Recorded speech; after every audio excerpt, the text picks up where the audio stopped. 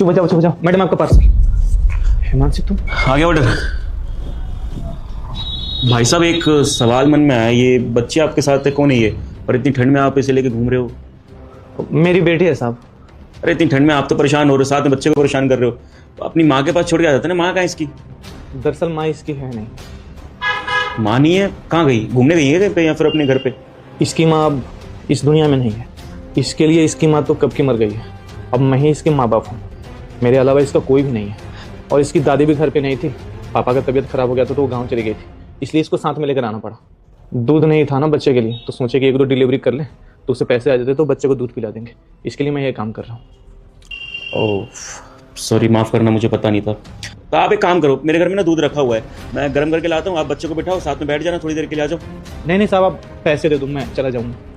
अरे पेमेंट तो मैं कर दूंगा, इंसान भी बड़ी चीज़ है ना। अच्छा थोड़ी लगता है बच्चे को लेकर परेशान हो रहे, बेचारी भूखे पेट घूम रही है। आप एक काम करो, अंदर बैठो, मैं गर्म करके लाता हूँ, सोचो मत, आ जाओ। ठीक है सर। बैठो। क्या नाम है बच्ची का? इसका सानवी पांडे। अच्छा, बड़ा ही प्यारा नाम है। हाँ जी। वैसे भाई साहब एक सवाल मन में आ रहा है मेरे, आपने ढंग से मुझे बताया नहीं। मतलब इसकी माँ नहीं रहती साथ में, इस दुनिया में नहीं है, कहाँ गई है? मैं जान सकता हूँ क्या हुआ है? नहीं, इसकी मम्मी ने गलती कर दी थी शादी करके हमसे। उसको बाद में रियलाइज हुआ। जब मेरा बच्चा हो गया तो उसको हमारे साथ रहना नहीं था। फिर वो हमारे साथ साथ हमारे बच्चे को भी छोड़ के चली गई, क्योंकि उसका सपना पूरा नहीं कर पाते थे हम। पहले तो बोली थी कि हम सुख दुख में हमेशा साथ रहेंगे। लव मैरिज हम लोगों ने शादी कर ली, साथ में कॉलेज किए थे। पर ये नहीं पता था कि आगे चल के वो मुझे छोड़ के चली जाएगी।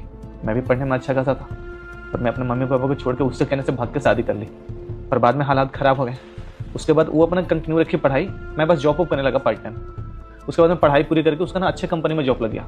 हम सोचे कि चलो अब हम लोग का दुख के दिन खत्म हो जाएंगे, साथ में भाग के शादी कर लिए थे। पर एक भी जीवन में अच्छा काम नहीं हुआ था, पर उसका नौकरी हो गया। हम सोचे कि अब हमारे जीवन खुशी से बीतेगी। पर कुछ टाइम बाद में उसका उसके बॉस के साथ अफेयर हो गया। वो उसके साथ ज़्यादा टाइम बिताने लगी। वो बोलने लगी कि हमें उससे प्यार हो गया है, हम उसके साथ ही रहेंगे। उसके बाद में हमें और हमारे बच्चे को छोड़ के वो चली गई। बताओ कैसा कलयुग है।